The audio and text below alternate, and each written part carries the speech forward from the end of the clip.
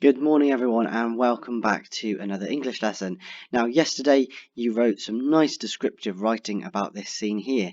Now if you followed the instructions and you wrote quite a lot of writing for this, today's lesson is going to be a lot easier because your task today is going to be to self-evaluate and edit a piece of writing.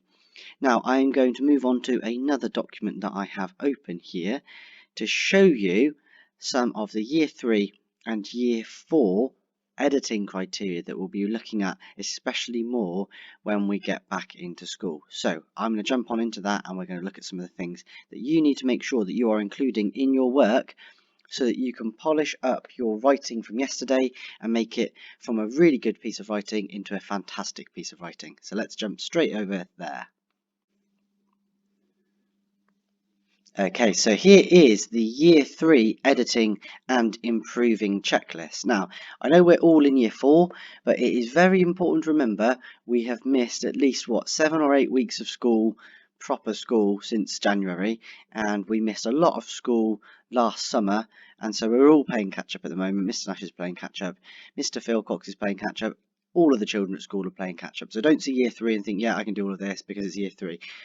It's not about that, it's making sure that you have mastered all of this before you move on to Year 4, because there may be some gaps that you need to fill, and that is perfectly fine. It is not your fault that you have not been in school, but it is important that you now spend some of this time making sure that you have mastered all of these basics before moving on to some of the Year 4 stuff. So in your work, it's very important, as we always say, full stops, capital letters at the start of sentences, capital letters for names, because these are errors that we make all the time, and that means we're not even meeting Year 3 objectives.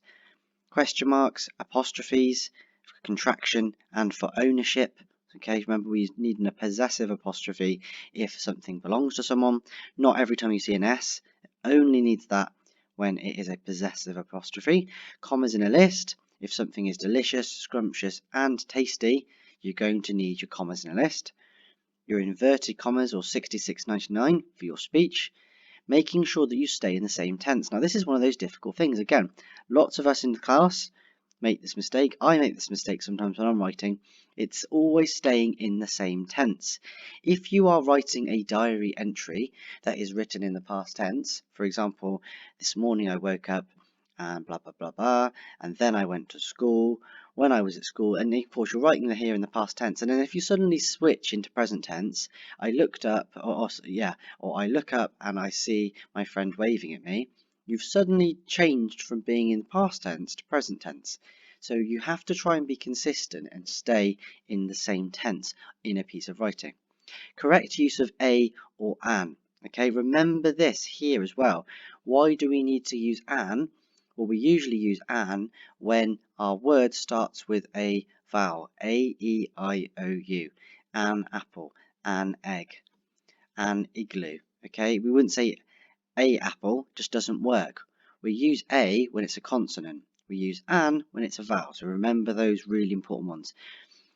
So missing words, so spot in your sentences. For example, read back through it. Something cats. It might have been I love cats. Okay, but you might have forgotten to use the word love.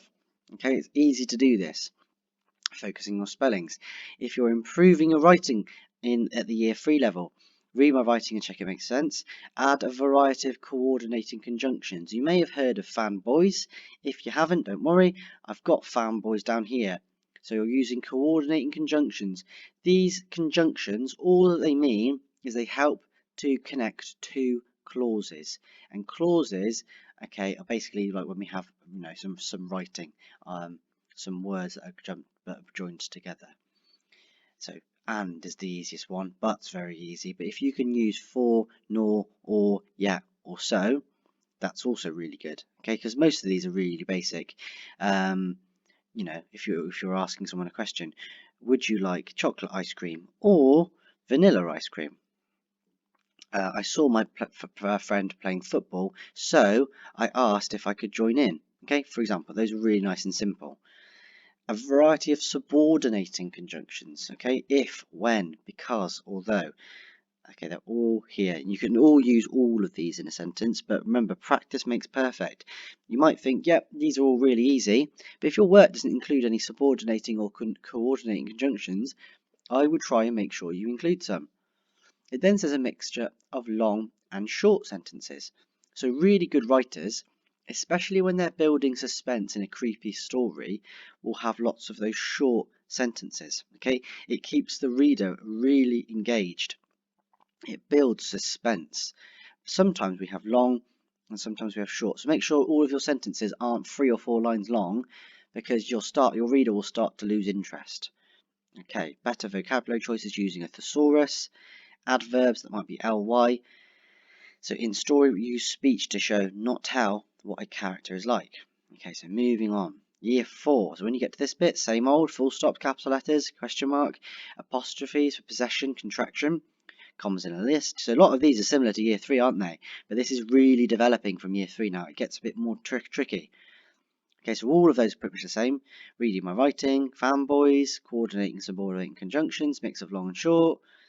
Better vocabulary choices. Add or change adjectives. Choose powerful verbs. Pick more precise or technical words. So rather than, we said like last week, rather than I walked up the mountain, okay, walking, I like to go for a nice little walk if I was going somewhere, maybe in the countryside for a little stroll. Oh yeah, but that is, even then, stroll is nicer than walked. If you're going to go up a mountain, you wouldn't, you probably wouldn't want to walk when you're probably clambering up a mountain. It's going to be quite difficult. You'd walk through the street. You wouldn't clamber along the street, otherwise you'd look very strange. Okay, but you're probably going to clamber up a mountain. Oh, I trudged up the mountain. It's going to be something that is difficult. Okay, so we're being more particular and precise with our writing. And that's why we've been looking at modifying nouns and modifying adjectives, okay, because it helps add that depth and precision to your writing. Okay, but again, this is one of those things that we need to get by the end of the summer. So the more you get done of year 3 and start to work on this, the better place you'll be when you get to year 5 in September. So adverbs of time, first, second, after that. Adverbs of place and adverbs of cause.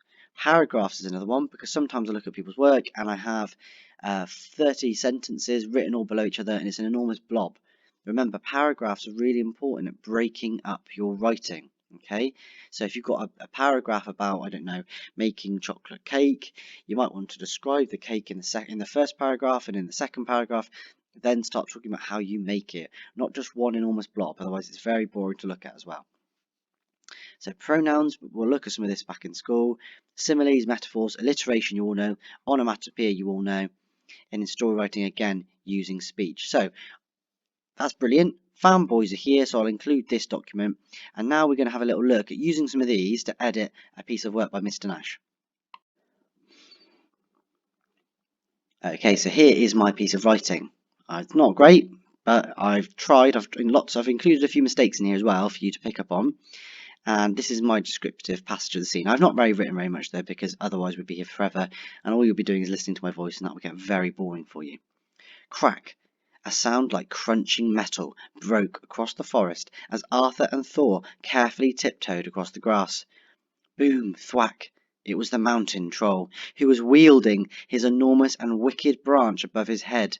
Wielding just means holding, but of course it's that precise verb there. Whoosh! Suddenly the ferocious-looking fireworm, with its pointed and glistening teeth, slid through the forest and attacked Odin. Fenrir growled at Arthur as Thor's hammer spluttered with lightning. "Over here!" called Arthur, with panic in his voice. "The devilish wolf is about to pounce on... ... Before Arthur could finish his sentence, the wolf leapt upon the boy and devoured him. Okay, mine's got a bit of a cruel ending. If you spotted some spelling mistakes in here, please don't think that Mr. Nash can't spell. It's because I've included a few spelling mistakes. Okay, so there are some mistakes in here. Now I'm going to copy this and I'm going to put it on the document I've just shown you, the self-evaluation document. And what I would like you to do, first of all, is edit my work. Find the mistakes in my work, first of all. Maybe use a highlighter or a pencil and edit them.